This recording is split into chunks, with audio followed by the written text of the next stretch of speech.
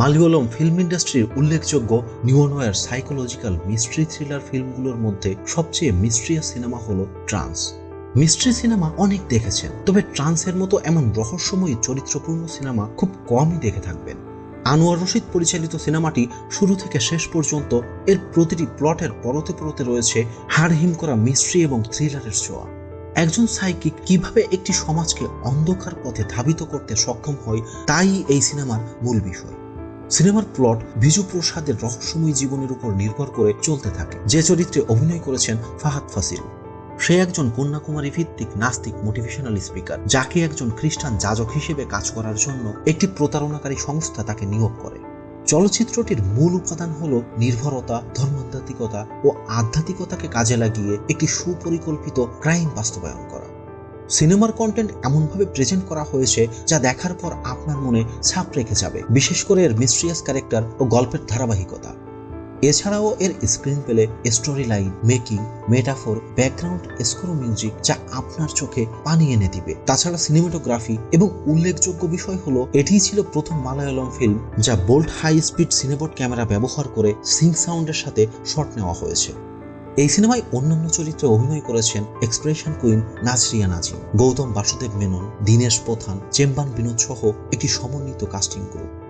বিজু প্রসাদ, যে একজন certified motivational speaker ও trainer, সে তার জীবনে একটাই গোল সেট করে রেখেছে, বিজু সাকসেস জুস নামে একটি মোটিভেশনাল প্ল্যাটফর্ম তৈরি করে লাখো মানুষের সামনে ভাষণ দেওয়া। একদিন লিফটে ওঠার সময় কবিতা নামের এক মেয়ের সাথে তার পরিচয় হয়, যে ছোট বন্ধ জায়গায় ভয় পায়, এমনকি শ্বাস বন্ধ হওয়ার উপক্রম হয়। বিজু তাকে সেখানে থেরাপি দেওয়ার চেষ্টা করে, কিন্তু মেয়েটি মুম্বাইয়ে বসবাস করার কারণে সেটা আর সম্ভব হয়নি। বিজু প্রসাদ তার মানসিকভাবে অস্থির, ডিপ্রেশনগ্রস্ত ছোট ভাই কুঞ্জনের সাথে কন্যাকুমারীতে বসবাস করে। সিনেমার এই দৃশ্য থেকে ডার্ক প্লটের আবির্ভাব হয়। মানসিক বিকারগ্রস্ত কুঞ্জন অনেকটা মারমুখী ও আত্মহত্যা প্রবণ মানুষ। এর পেছনের কারণ হলো তাদের মা, যিনি তাদের ছোটবেলায় ফ্যানের সাথে শাড়ি পেঁচিয়ে আত্মহত্যা করেছিলেন। সেখান থেকেই কুঞ্জন একা থাকতে থাকতে মানসিকভাবে বিকারগ্রস্ত হয়ে পড়ে। একদিন কুঞ্জনও ফ্যানের সাথে রশি পেঁচিয়ে আত্মহত্যা করে। এই ঘটনার পর বিজু মানসিকভাবে বিধ্বস্ত হয়ে পড়ে এবং এক পর্যায়ে সে মুম্বাইয়ে চলে যায়। সেখানে একটা ফুড কোম্পানির ডেলিভারি বয়ের কাজ শুরু করে। হঠাৎ একদিন কবিতা, যার সাথে কন্যাকুমারীতে দেখা হয়েছিল, ভাগ্যক্রমে তার সাথে এখানে দেখা হয়ে যায়। সে সময় কবিতা নিজের পরিচয় দেয় একজন কাস্টিং ডিরেক্টর বলে। তার মাধ্যমে বিজু প্রতারক সলোমন ডেভিস এবং আইজ্যাক থমাসের সাথে দেখা করে।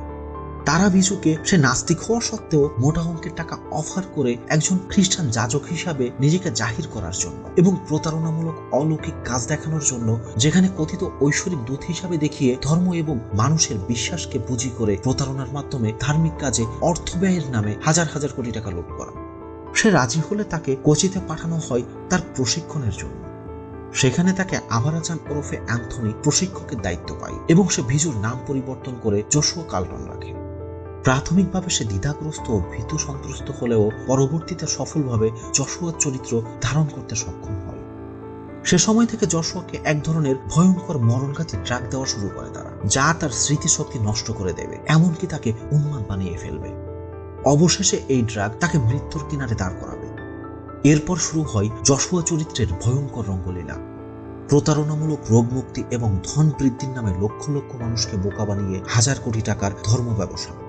এমনকি সলোমন এবং আইজ্যাক তাকে ব্যবহার করে খুব অল্প সময়ে বিশ্বের বিভিন্ন কোম্পানির সাথে হাত মিলিয়ে বৈষয়িক প্রতারণার জাল বিছিয়ে ফেলে। আস্তে আস্তে তার খ্যাতি চরম পর্যায়ে পৌঁছায়। এমনই এক সময় ম্যাথিউস নামে একজন সাংবাদিক একটি টিভি সাক্ষাৎকারের জন্য জশুয়াকে আমন্ত্রণ জানায়। ম্যাথিউস তার সমস্ত সম্পদের একটি ছোট রিপোর্ট লাইভে প্রচার করে এবং দাবি করে যদি সত্যি সে অলৌকিক কোনো কিছু করতে পারে, তাহলে ক্যামেরার সামনে এসে একটি বিরতির পর লাইভ কোনো অলৌকিক ঘটনা দেখায়। জশুয়া বিরতির সময় ম্যাথিউসকে গোপনে জুসের সাথে ড্রাগ প্রয়োগ করে, যার ফলে সে ক্যামেরার সামনে বেহুশ হয়ে পড়ে যায়। এই ঘটনাটিকে প্রাথমিকভাবে একটি অলৌকিক ঘটনা বলে অভিহিত করা হলেও পরবর্তীতে ম্যাথিউসের ব্লাড রিপোর্ট প্রমাণ করে যে সে মাদকাসক্ত ছিল। এই ঘটনার জন্য সলোমন ও আইজ্যাক জশুয়ার উপর ক্ষিপ্ত হয়ে ওঠে এবং তাকে বের হয়ে যেতে বলে, কারণ তার এই নির্বুদ্ধিতার জন্য তাদের প্রতারণার ব্যাপারটি ফাঁস হয়ে যেতে পারে। এক পর্যায়ে তারা জশুয়ার উপর গলফ স্টিক দিয়ে তার মাথার পেছনে সজোরে আঘাত করে, যার কারণে সে তার মাথায় গুরুতর আঘাত পায় এবং তাকে হাসপাতালে ভর্তি করা হয়। সে কোমায় চলে যায়। 2 দিন এভাবেই চলতে থাকে। ফলে সলোমন ও আইজ্যাক ঝামেলা এড়াতে চুপচাপ তাকে হত্যা করার সিদ্ধান্ত নেয়। 3য় দিনে অলৌকিকভাবে জশুয়ার জ্ঞান ফেরে। এ সময় সে সাইকেডেলিক ট্রান্স বা মানসিক বিকারগ্রস্ত হয়ে পড়ে, তবে তার প্রাণচাঞ্চল্যতা উল্লেখযোগ্যভাবে বেড়ে যায়। সলোমন এবং আইজ্যাকের সাথে সে একটি নতুন চুক্তি করে। এখন থেকে লাভের 80% নিজের হবে এবং বাকি 20% তারা পাবে। জশুয়ার এই মানসিক অবস্থা দেখে তারা সন্দেহ করে যে তার মাথায় আঘাত পাওয়া এবং তাকে ড্রাগ দেওয়ার রিয়াকশনের কারণে সে হয়তোবা মানসিকভাবে অসুস্থ হয়ে পড়েছে। তবে তারা এও সন্দেহ করে সে অভিনয় করছে না তো। তখন সলোমন ও আইজ্যাক তাকে পর্যবেক্ষণ করার জন্য এবং সে আসলেই অসুস্থ কিনা সেটা জানার জন্য এস্তার লোপেজ নামে একজন মডেল, যে যৌনকর্মী হিসেবে কাজ করে, তাকে নিয়োগ করে। এস্তার প্রেমে প্রতারিত হয়ে একটি কন্যা সন্তান জন্ম দেয় এবং পরবর্তীতে বিষণ্ণতায় ডুবে সে এই পথে পা বাড়ায়।